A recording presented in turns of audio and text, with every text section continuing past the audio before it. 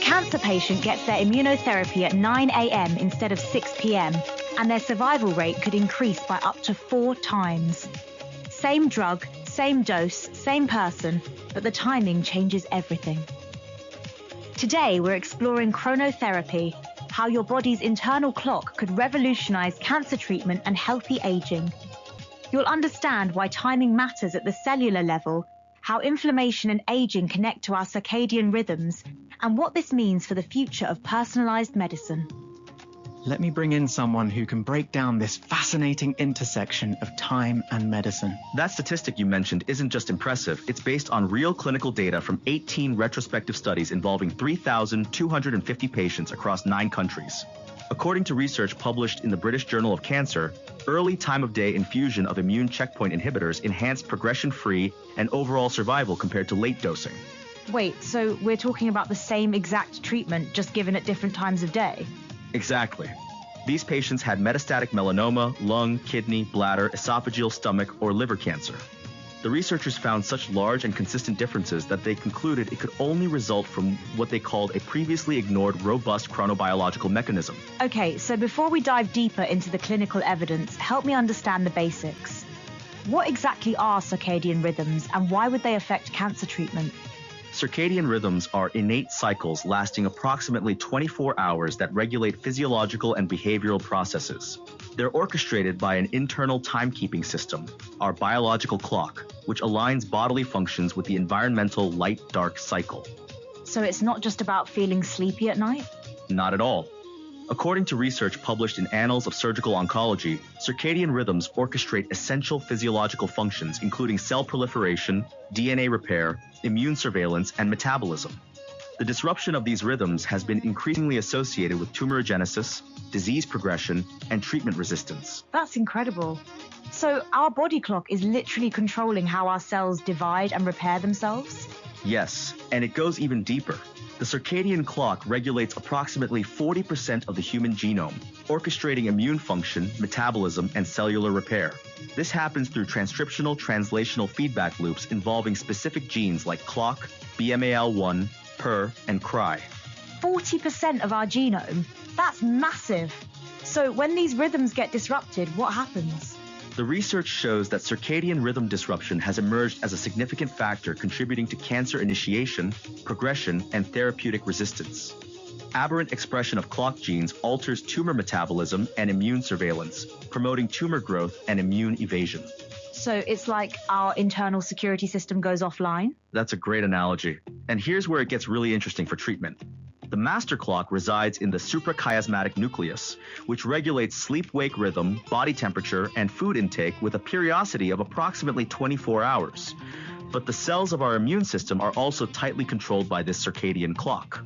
Okay, so our immune cells are basically on a schedule. How does that translate to cancer treatment effectiveness? The circadian regulation affects immune cell behavior, including the activity of immune cells and cytokine production. Research published in Acta Biochimica et Biophysica Sinica shows that circadian regulation significantly affects the tumor microenvironment, which subsequently affects the effectiveness of immunotherapy. And this is where the timing of treatment becomes crucial? Exactly. Preclinical studies demonstrate time-of-day dependent variation in the efficacy and toxicity of chemotherapy, radiotherapy, and targeted therapies. The research shows that appropriate timing of adoptive cellular therapy and immune checkpoint blockade therapy improves their efficacy. So we're not just talking about cancer treatment here. This connects to aging too, right? Absolutely. The research on biological aging shows it's a highly heterogeneous process that cannot be captured by chronological age alone.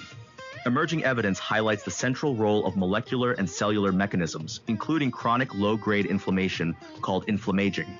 Inflammaging, that's a term I haven't heard before. What's that about? Inflammaging refers to the accumulation of senescent cells and chronic low-grade inflammation that drives multimorbidity in older adults. According to Frontiers in Aging research, this process, along with shifts in circulating biomarker profiles, determines an individual's biological age and vulnerability to age-related disease. So our circadian rhythms affect both cancer progression and how we age?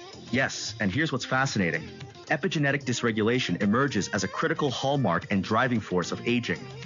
Research in Trends in Pharmacological Sciences shows that DNA methylation-based epigenetic clocks are emerging as valuable tools for assessing the progression of aging in cells, tissues, and organisms.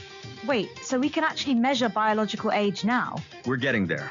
Clinical trials like Calorie have demonstrated significant promise to decelerate epigenetic age and promote healthy aging. The research shows that understanding the role of circadian misalignment in cancer biology could pave the way for optimizing drug delivery and advancing personalized chronotherapeutic interventions. This is mind-blowing. So what does this actually look like in practice? How are doctors using this information? Well, that's where we hit some challenges. According to the Annals of Surgical Oncology Research, clinical translation remains limited, constrained by heterogeneous circadian phenotypes, logistical challenges, and the absence of standardized rhythmic biomarkers. So the science is there, but implementing it is complicated. Exactly. The research published in the Journal of Immunotherapy for Cancer points out that while retrospective clinical data shows enhanced efficacy of morning over evening infusion, randomized trials haven't confirmed these findings yet. They're calling for pragmatic randomized clinical trials to confirm the effect of timing on patient outcomes. Interesting. So we need more rigorous testing before this becomes standard practice? Right. The researchers note that randomized trials have not confirmed in other fields findings obtained by observational studies, possibly because of selection bias and residual confounding factors. So while the data are intriguing, the time dependence needs confirmation. But the potential is huge if this pans out. Absolutely. The research suggests that aligning treatment with biological time could unlock new therapeutic windows and improve cancer outcomes. They're evaluating emerging technologies like organ-on-a-chip systems, wearable circadian monitoring devices, and artificial intelligence-guided dosing models. AI-guided dosing based on circadian rhythms? That sounds like science fiction.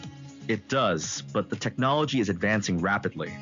The research shows these approaches hold promise for enabling personalized chronotherapy. However, substantial gaps remain in validating these approaches across diverse patient populations and tumor types. So what would need to happen to make this mainstream? According to the research, advancing chronotherapeutic strategies will require robust rhythm quantification tools, integration of multi-omics analyses, and circadian-aware clinical trial designs. Successful implementation will depend on bridging molecular chronobiology with precision oncology. Multi-omics, that's looking at multiple biological data types at once? Exactly. The Frontiers in Aging research mentions multi-omics approaches to biological age profiling as one of the key themes. This would help create translational models bridging molecular findings to clinical outcomes. And this could apply beyond cancer to general healthy aging? Yes. The research shows that therapeutic strategies targeting senescence and inflammaging are being developed. Understanding how cellular senescence and inflammaging drive multimorbidity in older adults offers a powerful translational framework connecting molecular biology to bedside application. So we're talking about potentially revolutionizing how we approach both cancer treatment and aging? The potential is there. The research published in Frontiers in Immunology emphasizes that chronoimmunotherapy could be a valuable therapeutic approach. They note that immunotherapy timing in line with circadian rhythm brings longer survival benefits. But we're still in the early stages of understanding all this? We are. The research acknowledges that despite the promise of immunotherapy for long-term survival, response rates remain limited, and both primary and secondary resistance are common. The efficacy of these treatments appears to have reached a plateau, which is why timing optimization is so important.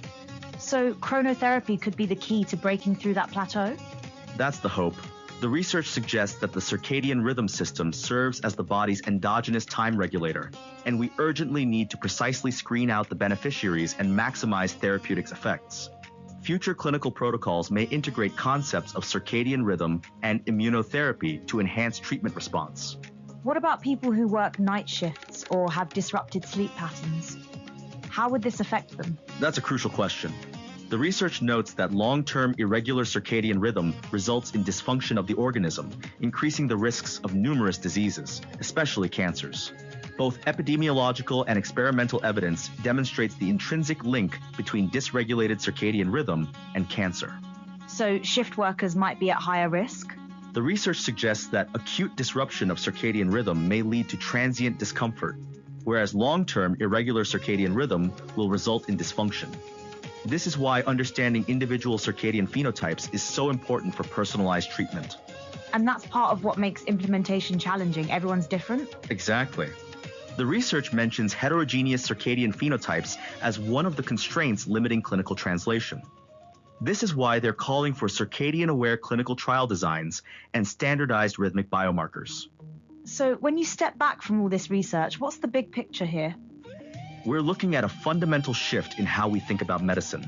Instead of just focusing on what treatment to give and how much, we're adding when to give it. The research shows that circadian rhythms coordinate cellular, tissue, and whole body physiology along the 24-hour timescale.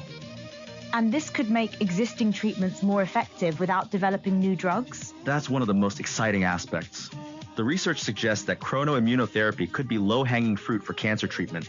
We might be able to dramatically improve outcomes just by optimizing timing, which could be more accessible than developing entirely new therapies. And for healthy aging, this could help us understand why some people age better than others? Absolutely. The research shows that biological aging cannot be captured by chronological age alone. Understanding how circadian rhythms affect cellular senescence and inflammation could help us develop better strategies for healthy aging and predicting age-related disease vulnerability. This really changes how we think about the relationship between time and health. It's not just about how long we live, but when our bodies are most ready for different interventions. Exactly. The research emphasizes that emerging understanding of circadian rhythms regulation of anti-tumor immunity calls for randomized clinical trials to establish recommendations for personalized chronoimmunotherapies. We're moving toward truly personalized medicine that considers not just your genetics, but your biological timing.